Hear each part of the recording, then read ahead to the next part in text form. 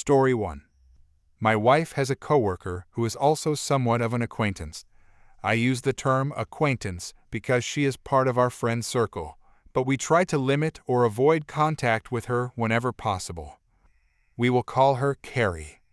Carrie is well known for bullying her coworkers at work. She constantly claims she can get people fired even though she can't, yells at people, and generally behaves in an unpleasant manner. One of her favorite ways to intimidate others is by saying, "Mess around and find out." This will be important later. Carrie had a casual romantic partner, nothing serious, just someone she would spend time with and then send on his way. She is also notorious for collecting engagement rings.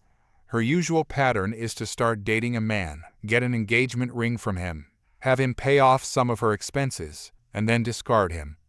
I bring this up only as context to her character and to emphasize that this casual partner meant nothing to her. She didn't date him seriously, nor did she try to get a ring from him. She used him and then moved on whenever someone wealthier gave her attention. She also frequently talked poorly about this man behind his back. At one point, Carrie was in one of her short-term engagements, so her casual partner, let's call him Bill, was not in the picture. The new fiancé had just bought her a $6,000 engagement ring. I'm serious, she collected them like trading cards and paid $10,000 to fix her roof. With this new financial support, she was perfectly happy and had no interest in Bill whatsoever. Enter Mandy. Mandy is another coworker of my wife and Carrie. I don't know her personally, but from what I've been told, she had just come out of a 15-year marriage where she was extremely controlled and not allowed to do much of anything. Carrie and Mandy were friends, or at least drinking buddies, since Carrie enjoys drinking a lot, and by a lot, I mean all the time. Nevertheless, they were on good terms. One day, Mandy met Bill. She had no idea about his history with Carrie, or even that they knew each other. They hit it off really well. Their connection was strong, and before long, they began dating. Their relationship was built on mutual respect and love. Carrie found out, and she completely lost her mind. Keep in mind, she had never dated Bill seriously, never wanted to date him, and never had any real interest in him beyond a casual relationship. She was also currently engaged to another man. But in her mind, Mandy had taken her man, and she made sure the world knew about it. She began going to their boss daily, demanding, "Why does that little brat still work here?" She would also loudly exclaim this on the work floor for everyone to hear. On top of that, she spent an entire hour yelling at Mandy for something she hadn't even done. Carrie didn't stop at work. She frequently harassed both Mandy and Bill when they were out in town. She would loudly insult Mandy with every name in the book, calling her offensive slurs and spreading rumors about her. She didn't just say these things near Mandy, she told anyone and everyone who would listen, or even those who wouldn't, about how she had been wronged. She went on and on about Mandy and Bill, declaring that Mandy had messed around and was going to find out. Fast forward 2 months. Mandy and Bill were still together and extremely happy. Meanwhile, Carrie unsurprisingly was no longer engaged to that man. Also, not surprisingly, she had already been engaged to yet another guy and had even gotten married within a week. Around this time, it was the 2-year anniversary of the passing of a mutual friend of everyone involved. Carrie used this as an excuse to take a whole week off work to drink excessively. This was another issue altogether. She wasn't actually as close to the person who passed away as she claimed to be. Nevertheless, after work, many of the other coworkers went to a bar to have a drink in remembrance of their late friend. That night, after 2 full days of drinking, Carrie spotted Mandy at the bar, and, just like before, she immediately started insulting her with the same degrading language she had been using for months. Mandy, having had enough, finally decided to approach Carrie and attempt to talk things out in an effort to reconcile. Carrie, however, wanted no part of it. She kept shouting insults, refusing to listen, and then ended with her usual phrase, "You're messing around, and you're going to find out." She punctuated it by calling Mandy another awful name. At that moment, something in Mandy snapped. Without hesitation, she grabbed a beer bottle and threw it straight at Carrie, hitting her in the face. It was like the scene in The Big Lebowski where the police officer throws a coffee mug, except this time, it sent Carrie straight to the floor. There was a brief moment of silence before someone in the crowd, whose identity remains a mystery, spoke up and said, "Looks like you were the one who messed around and found out." Carrie, visibly stunned, got up and immediately left the bar. The next day, she showed up at work with a very obvious black eye. However, instead of confronting Mandy, she went around complaining to everyone else, portraying herself as the victim. What she failed to realize was that everyone had been witnessing her bullying Mandy for months, and no one was sympathetic to her situation. And that's pretty much it. Nothing else has happened since then, but if anything new comes up, I'll be sure to update you. Sorry if this got a bit long-winded. Story 2. Hi, so I 22F have a large friend group of around 10 people. We usually get along well and meet up a few times per month. A few years ago, we tried to plan a vacation with everyone, but it didn't work out because no one could find the exact same time to go.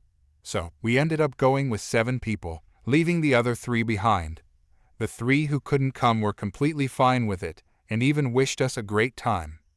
This vacation ended up being a bit odd, mainly because of 2 people. Let's call them Danielle 21F and her boyfriend, Marcus 21M.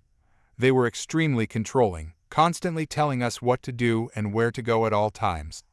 This might have been because we were staying at Marcus's family's vacation home, and he was familiar with the area, but still, it was frustrating. They got upset with me when I didn't enjoy their chicken dish, and even called me inconsiderate for leaving 2 days early due to an unexpected internship opportunity, which I needed for school. Overall, the vacation was somewhat enjoyable, but it wasn't something I wanted to experience again. A few friends later pointed out that when I had taken them to my family's vacation home, I had let them do whatever they wanted, without dictating how to spend money, what to do, or what to eat. That's when we collectively realized just how controlling Danielle and Marcus had been. In general, they tend to be very overbearing. At one point, they even checked our locations, noticed that we were hanging out with a few people, and then called to ask why we hadn't invited them.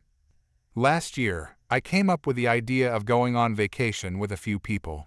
I asked in the group chat and mentioned that I could only bring 4 people. The first 4 who responded went with me. Danielle and Marcus weren't included in this trip, and they became extremely upset. They called us names and accused us of not being real friends. We offered for them to join us by booking an Airbnb nearby, but they would only agree if we split the cost with them. We tried to accommodate their request and communicated every detail, but the booking got delayed so much that it ended up costing each of us nearly €200 extra.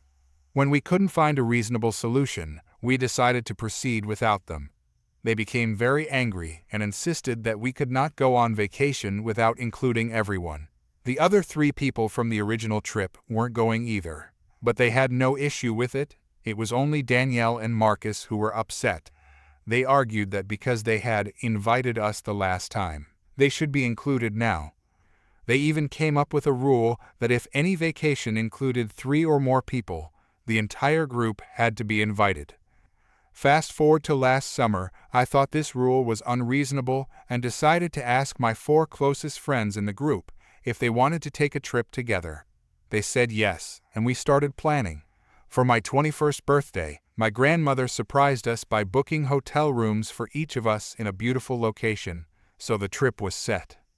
We knew we had to tell Danielle and Marcus at some point, but we kept putting it off because we knew they would be upset. 2 months passed, and the longer we waited, the more awkward it became. Finally, I told them in the kindest way possible, explaining that we weren't trying to be rude, we just wanted to take a trip with a smaller group. Unfortunately, this completely backfired. At first, Danielle seemed okay with it, but later, I received a message from her saying that they were actually extremely upset. They were frustrated that we hadn't communicated with them earlier and had simply booked the trip without including them. While we could somewhat understand their frustration, we just didn't want to go through another situation like the previous year. Now, a few months later, they have completely cut us off. They told us that we were terrible friends, that we should never treat people this way, and that we needed to change how we behaved. I'm curious to hear what others think.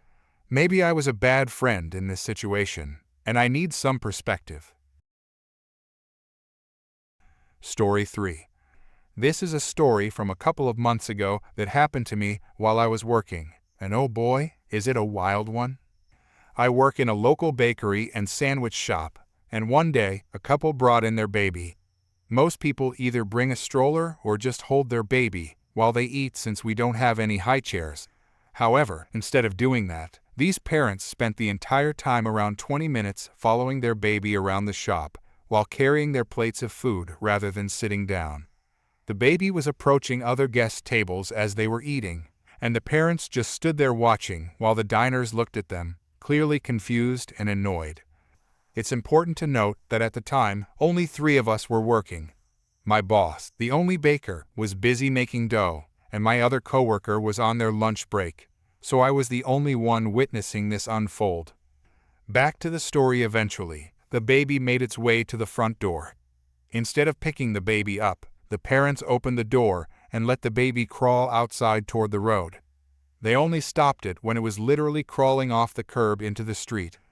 Then, they proceeded to follow the baby down the sidewalk, out of sight from the windows, all while still holding and eating from their plates of food. That was bad enough, but what happened next was just plain disgusting. We have a display filled with merchandise, including a bunch of coffee cups and boxes. After finally bringing the baby back inside, it crawled right up to the display and grabbed one of the boxes. The parents did take it from the baby, but instead of putting it back, they carefully opened the box, removed the paper padding, took the cup out, and handed it to the baby. At that point, the baby started licking all over the cup and putting it in his mouth. I was absolutely dumbfounded. I watched as the parents proceeded to put the cup back in the box, replace the paper padding, close the box, and place it back on the display with the rest of the cups. Yes, they put an unwashed, slobbery, baby spit-covered cup back into the box and onto the shelf for some poor, unsuspecting customer to buy. They didn't even mention it, just silently placed it back as if nothing had happened. I immediately informed my boss about what I had seen. Being the thoughtful, always seeing the best in people kind of person that he is, he could not believe someone would do something so unhygienic and careless. He even asked if I was sure I had seen it correctly. That was until he walked over to the front and saw what was happening himself. For context, we had a broken espresso machine that my boss was trying to repair for the bakery. Due to the limited space in the back, he had no choice but to use one of the tables in the front of the restaurant as a workbench. Whenever we opened for business, he would put the espresso machine and tools into a box and place them in a corner against the wall with a note clearly stating not to touch them. If you have ever opened up an espresso machine, you know it contains a lot of metal pieces, delicate circuitry, and wires. So, imagine my boss's surprise when he looked into the dining area and saw the baby chewing on some exposed wires from the espresso machine while the parents just stood there watching. He immediately walked over and, in the most polite way possible, told them that they could not stay if they could not control their child. To their credit, they did stop the baby from chewing on the wires and apologized. Luckily, the baby wasn't hurt, nor was the machine damaged. My boss didn't kick them out on the spot because he had only seen the baby chewing the wires and didn't want to cause a scene since they were almost finished with their food. However, I'm sure he regretted that decision when he returned behind the counter, turned around, and saw right in plain view the mother taking a different cup off the shelf, opening it, and giving it to the baby, who immediately began licking it again. The look on my boss's face could only be described as a mix of disgust, confusion, and disappointment all at once. He didn't even react at first, just stood there watching for what felt like hours, but was probably only a couple of seconds before the mother once again placed the cup back in the box and put it back on the shelf. I had never seen my boss look so defeated in my life. He immediately walked over, took the cup off the shelf, and told them they had to pay for it. The parents both laughed and asked if he was joking, as though we hadn't just seen their baby treat it like a personal chew toy. They did end up paying for it, but the entire time they were being rung up, the mother kept asking why it was such a big deal. while the father just glared at my boss, as if we had wronged them somehow. They left immediately after with no further issues, leaving both me and my boss absolutely bewildered. It was only then that I remembered that wasn't the only cup the baby had been allowed to defile, so I quickly grabbed the other box and handed it to my boss, who turned around and silently tossed it into the garbage without a word. Since then, they have not returned. However, we did notice a couple of days later that a 1-star review had been posted the same day. It simply read, "Not child-friendly." Story 4. So this happened ages ago, way before the pandemic. I used to work as a ramp coordinator at the local airport, and this is one of my favorite work stories. Some context. I worked for a large airline who shall remain nameless, but this was a transatlantic flight to Europe in the evening. I would work the check-in departure with my colleagues, usually, but some nights I was scheduled to the ramp, where I was in charge of safety and taking care of logistical issues. So while I was not the person who checked in this particular passenger, I was in the prime position to witness this man's downfall from start to finish. So this all started at check-in. I was next to the girl taking care of the male Karen at the counters. He was a business class passenger and rude from the get-go, which is actually pretty rare for our business class packs. 90% of them are very kind. This was made worse by the fact that his booked seat for the evening had a mechanical issue that would prevent it from reclining. Now, this is kind of a big deal, especially in business class. This was a fancy aircraft with fully flat beds for business class packs to lay down in. They are glorious, comfortable, and also so expensive. For the amount of money you are paying, you better get a seat that reclines. Unfortunately, sometimes crap breaks. Our male Karen caught the unlucky hand that night, and the seat he originally reserved was locked in takeoff landing position. Luckily for him, my colleague explained, we had other seats available in business. We could move him to an aisle seat no problem. This was not sufficient for him. He proceeded to spend 20 minutes going on and on about how he wanted a window seat, of which there were none, to which my colleague responded by saying he could still occupy his preferred seat. Just, locked into position. No, this would not do. The man needed a window seat, and it better be a functional one, by golly. At this point, I had to leave to meet the aircraft, and I can't tell you what else transpired at the counters. All I know is that my colleague truly went above and beyond for this man, checking in with other packs in his cabin if they would like to swap their window seat for the available aisle seat. No one took the offer, and before boarding, he could be seen heard once again insisting to the gate crew, joined now by the manager, who once again gave him his 3 choices. 1. Deal with the inconvenience and keep his locked window seat. He could claim compensation through the flight crew customer service afterwards. 2. Take the functional aisle seat. He could also claim compensation after the fact for his preference being ignored. 3. Don't fly at all. By the time boarding was complete and I was running up to deliver my papers to the flight crew, this male Karen, this brilliant, stunning example of human intelligence, made his own choice. Option 4. Loudly proclaim, "I know the captain," and then try, unsuccessfully, to gain access to the flight deck during boarding. When stopped by the in-flight lead, who is understandably not having it, he proceeds to verbally assault her. Lesson 1 when flying on an aircraft. You do not get the in-flight lead mad. So I came up from the ramp to witness the beauty of the scene. This man had dug himself. At the door of the aircraft is the in-flight lead, furiously talking to one of my colleagues at the door. I don't want him on my plane. That's a violation of the flight deck. What if he tries to do that in the air?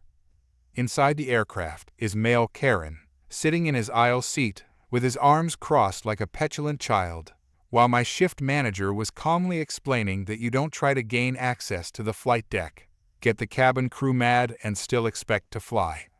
The male Karen at this point is refusing to deplane, leading to us calling security. I think upon realizing he could actually get into very real trouble for this, he left the aircraft, but not before thanking us all for apparently making him act like a jerk.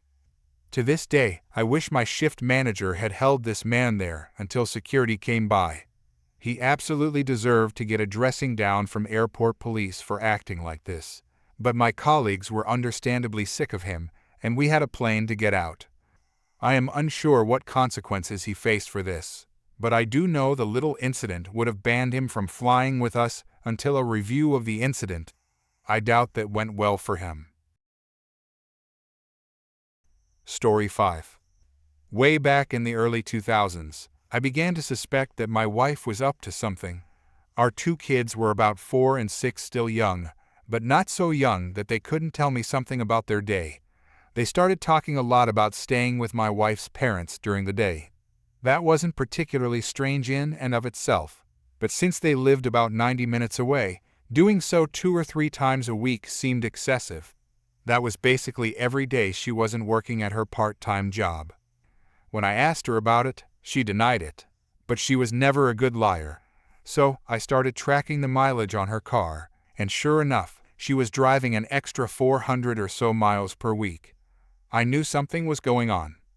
Then one day, I sat down at the computer, and she had left a sticky note with her America Online password written on it next to the keyboard. I couldn't resist. I logged in to read her emails and found a few exchanges between her and her college best friend. In them, they discussed how my wife was regularly seeing one of her ex-boyfriends from high school. There were no details about him, other than my wife also making unkind comments about his wife, mocking how she had gained weight after having kids. Anyway, I printed out these email exchanges and stashed them away. I still needed to know more details, so I called a friend who was a police officer. He suggested I contact a guy he knew who had left the force to become a private investigator. Ron was great. I paid his retainer, gave him the emails, and shared what little I knew about my wife's activities. He quickly figured out exactly what she was doing. His report, complete with photos and timestamps, detailed how she would drop the kids off at her parents' house, meet up with this guy for lunch, then check into a rundown motel for a few hours before picking up the kids and returning home. At this point, I hired a divorce lawyer. My parents had both cheated on each other, and the fallout absolutely wrecked my childhood and that of my siblings. It was something I found completely unacceptable. I also asked Ron to find out everything he could about this guy. He absolutely came through. I learned his name, Bob, and discovered that he was married with 3 kids. I also found out that he worked as a vice president of sales for his father-in-law's business. Interesting. At this point, I had my lawyer draft the divorce papers. I also asked Ron for a couple more copies of his report because there was one more thing I wanted him to do for me. On the same day my wife was served with the divorce papers at her workplace, I had Ron meet with Bob's wife and show her everything he had found. She seemed like a nice person, and I figured she deserved to know what her husband was up to. What she did with that information was entirely up to her. While my wife's infidelity didn't have much impact on the divorce proceedings, Bob's wife completely upended his life. According to publicly available court documents from the divorce and related proceedings, she emptied their joint account, took the kids, and left. As soon as her father found out what Bob had done, he was fired from the company. Since her parents actually owned the house where Bob and his family lived, he was also evicted. Their divorce was ugly, full of fights both in and outside of court. At one point, Bob went to the house to argue with his wife, and it escalated to the point that her brother had to step in, resulting in Bob getting his nose broken. There were restraining orders, a few more incidents involving police reports, criminal charges, jail time, and so on. I can't find Bob anywhere on the internet these days. Last I heard, he left the state. His ex-wife did well for herself. She went to work for her father's company and eventually took over after he retired. As for me, my ex and I got along well enough. I didn't engage with her on anything that wasn't related to the kids, and now that they're both adults, I don't talk to her at all anymore. I don't hate her or anything, but I only care in the context that she is my kids' mother and is important to them, nothing beyond that. Story 6. Over 20 years ago, I worked at a landscaping supply business, driving a dump truck. While I have been a software engineer for most of my career, at that time, well, mistakes were made, and I spent a few years driving a truck. These were single-axle trucks with a gross weight of 26,000 pounds. We often overloaded them by about a ton. Mascado was on the edge of our delivery area, and we occasionally took rock or mulch to the high school there. One day, I arrived with probably 4 or 5 tons of topsoil. If I recall correctly, I had to drive around the school and find someone. I suspect I had been given instructions on where to meet people, but they weren't there. I asked about the name on the delivery ticket. It was written there as if I should know who they were when I found someone behind the school. I was informed that the person I was looking for was a math or physics teacher. I don't recall exactly, but it was something related to science, technology, engineering, or mathematics. I believe I asked that person if they could find the teacher for me. Eventually, I met the teacher along with 3 or 4 students in front of the school. I didn't recognize any of them. At the time, I was probably still 19 or 20 years old and looked young.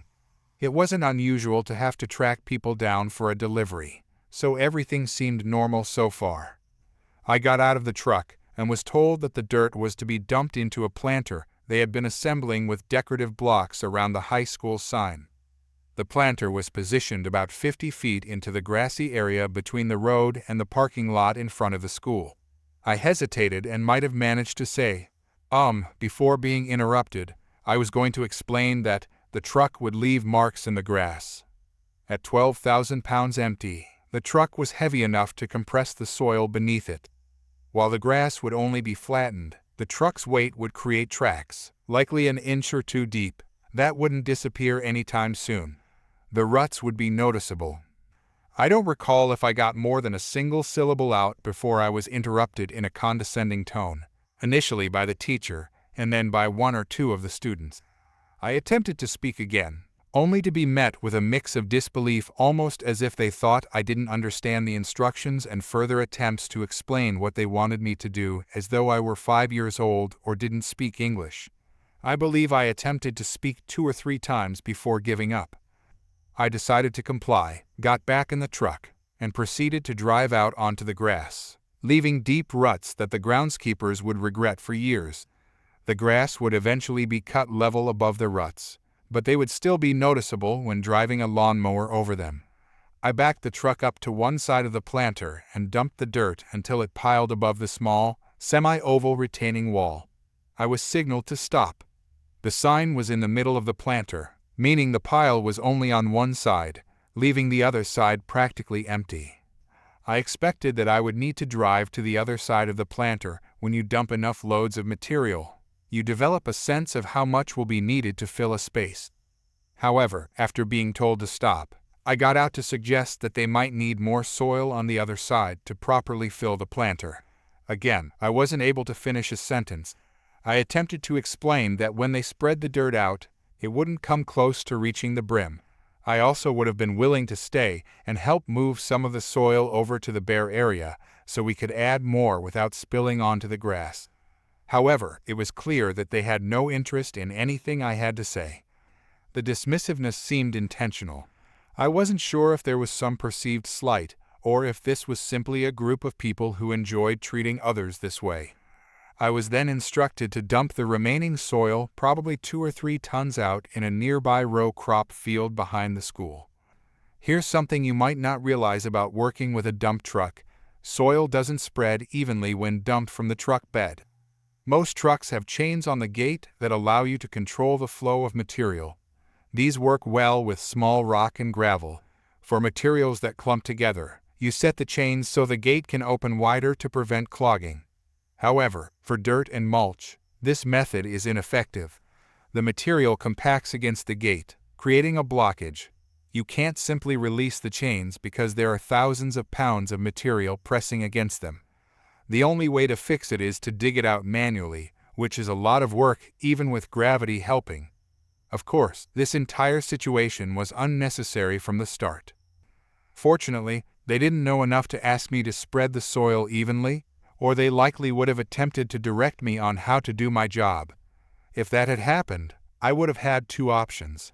argue with people who had no interest in my expertise, or set the chains as instructed, and then spend 10 minutes unclogging the gate. There was far too much nuance in this situation for me to explain, especially when I hadn't been allowed to finish a sentence yet. This wasn't a discussion, they were simply enjoying themselves at my expense.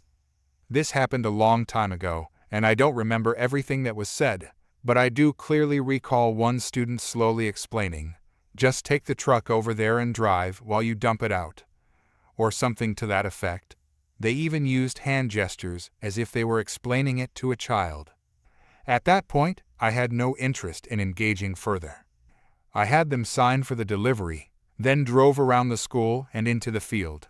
I felt a little bad for whoever farmed that land, so I did try to make the situation work as well as possible. I also doubted that they had permission to dump the soil there. I drove as fast as I was comfortable driving in a recently tilled field and began raising the truck bed. As topsoil tends to do, it didn't move at first. Then, suddenly, the entire mass slid out at once, landing in a massive pile. If you knew what you were looking at, you could tell the truck had been moving when the soil was dumped. But ultimately, it was still just a big pile that someone would have to deal with. A week or so later, I happened to drive past the school while making another delivery. I was curious to see if they had gone out to the field to retrieve some of the sifted topsoil once they realized the planter was barely half filled, or maybe even used it to patch up the ruts in the grass. To no one's surprise, the tracks from my truck were still plainly visible, leading to the newly constructed planter. The planter itself remained in the same half-finished state, with the back of multiple rows of decorative blocks still exposed. And as for the massive pile of topsoil in the field, it was still sitting there, untouched. The planter remained like that for years. I don't know if anyone ever got around to fixing it. Eventually, the entire complex was demolished and replaced with a new building. I had moved out of the area by then, so I never saw the final outcome, but I'd be willing to bet that no one ever went back to correct their mistake.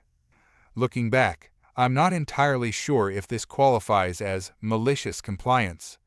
I wasn't trying to be difficult, but I also wasn't going to waste my time arguing with people who were being both dismissive and borderline hostile. I had dealt with plenty of difficult customers during my time at that job, maybe too many. Considering I stayed there for nearly 6 years, there were definitely other strange or frustrating encounters, like the time I somehow managed to disappoint a couple who had, for some reason, expected a deliveryman to be part of a romantic arrangement. But this was easily one of the worst. At the end of the day, all they had to do was listen. Instead, they ended up with a ruined lawn, an unfinished planter, and a massive pile of wasted topsoil in a field where it didn't belong. If nothing else, I suppose that was a lesson in itself.